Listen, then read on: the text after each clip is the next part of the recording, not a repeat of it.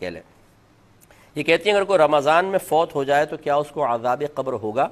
دیکھیں حدیثیں یہی کہتی ہیں کہ جو رمضان میں فوت ہوا اس پر سے عذاب ہٹا لیا جاتا ہے، عذاب قبر اسے نہیں ہوگا۔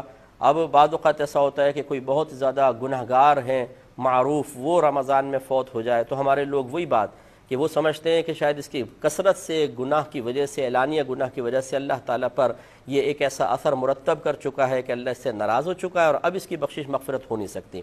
اب جب اس قسم کی حدیثیں ذکر کی جاتی ہیں جی رمضان میں اگر کوئی فوت ہو جائے عذاب قبر نہیں ہوگا، بولتے ہیں کہ یہ کیا بات ہوئی، ساری زندگی گناہ کر رہا ہے پھر بھی کچھ نہیں ہوگا۔ تو بھئی آپ کون ہوتے ہیں؟ آپ کی جیب سے کوئی پیسے نکال رہا ہے وہ، یا آپ کی کوئی پراپرٹی اس نے قبضے میں لے لی ہے، یہ اس کا معاملہ ہے، اس کا رب کا معاملہ ہے، آپ کو کیا تشویش ہے؟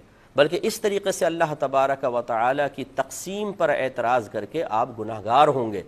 آپ نے نیک عمل کر کے کون سا کمال کر لیا ہے؟ یہ آپ کا کمال نہیں، یہ اللہ تبارک و تعالیٰ کا کرم ہے کہ اس نے آپ کو بے شمار گناہوں سے بچایا ہوا ہے، تو یہ ہمارا کوئی کمال نہیں ہے۔ اس طرح اس شخص نے اگر گناہ کیے ہیں تو اللہ تبارک و تعالیٰ نے اپنے عدل سے اسے نفس و شیطان کے حوالے کر دیا اور لڑنے کا موقع فراہم دیا، وہ شکست کھا گیا، اور آپ کو اللہ نے اپنے فضل سے نفس و شیطان کو مغلوب کر کے عبادات کی توفیق عطا فرمائی۔ دونوں جگہ، ایک جگہ عدل ہے ایک جگہ فضل ہے، لہٰذا ہمارا کوئی کمال نہیں ہے۔ اس لیے کسی شخص کے بارے میں آپ یہ گمان نہیں کر سکتے ہیں کہ یہ ضرور جہنم میں جائے گا، اور اگر کوئی کہے کہ نہیں حدیث کے مطابق اس کی بخشش ہو جائے گی تو آپ اعتراض کرنا شروع کر دیں کہ بھئی کیوں بخشش ہو جائے گی؟ بھئی آپ کون ہوتے ہیں کیوں کہنے والے؟ آپ اگر یہ کیا یہ کہنا چاہتے ہیں کہ معاذ اللہ ثم معاذ اللہ پھر تو یہ ناانصافی ہوگی کہ میں نیک عمل کر رہا ہوں، وہ گناہ کر رہا ہوں، وہ بھی بخشا جائے میں بھی بخشا جاؤں؟ یہ تو اللہ تعالیٰ کی ناانصافی ہے۔ آپ کون ہوتے ہیں حکم لگانے والے اللہ تبارک و تعالیٰ پر؟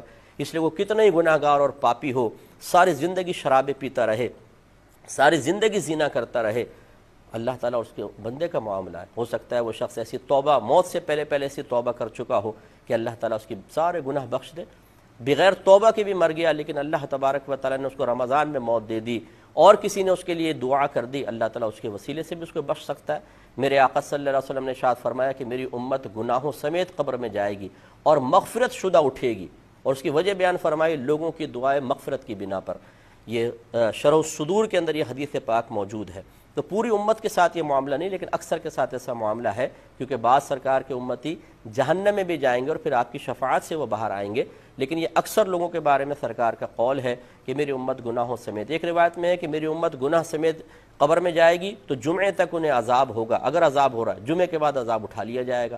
یہ تو میری اللہ کی مرضی ہے نا، تو اس طریقے سے ہمیں اللہ تعالیٰ کی تقسیم پر معترض نہیں ہونا چاہیے۔ اللہ نہ کرے خدا نہ خواستہ آپ ابھی بڑے پپو ہیں، نیک ہیں، پرہیزگار ہیں، اور پھر آپ سے کوئی خطا ہو جائے تو اب آپ اپنے بارے میں کیا کہیں گے کہ ضرور آپ کی گرفت ہونی چاہیے، ضرور آپ کو رسوا ہونا چاہیے، ضرور بری موت آنی چاہیے، ضرور عذاب قبر ہونا چاہیے، ضرور میدان معاشر میں آپ کو ذلیل کیا جانا چاہیے؟ نہیں، اپنے بارے میں کیا گمان کریں گے؟ اللہ تعالیٰ بخش دے تو اس کی مہربانی ہے، تو بس یہ دوسرے کے بارے میں رکھیں، وہ ہمارا مسلمان بھائی ہے یا بہن ہے، اگر ساری زندگی گناہ بھی کرتے رہے اس نے ہمارا تو کچھ نہیں بگاڑا، نہ اللہ کا اس نے بگاڑا ہے، ہاں اپنا بگاڑا ہے، اب اللہ کی مرضی ہے چاہے تو بخش دے۔ اس طرح کسی کو مایوس کرنے کی حاجت نہیں ہوتی ہے، نہ اس طرح کی سوچ بنا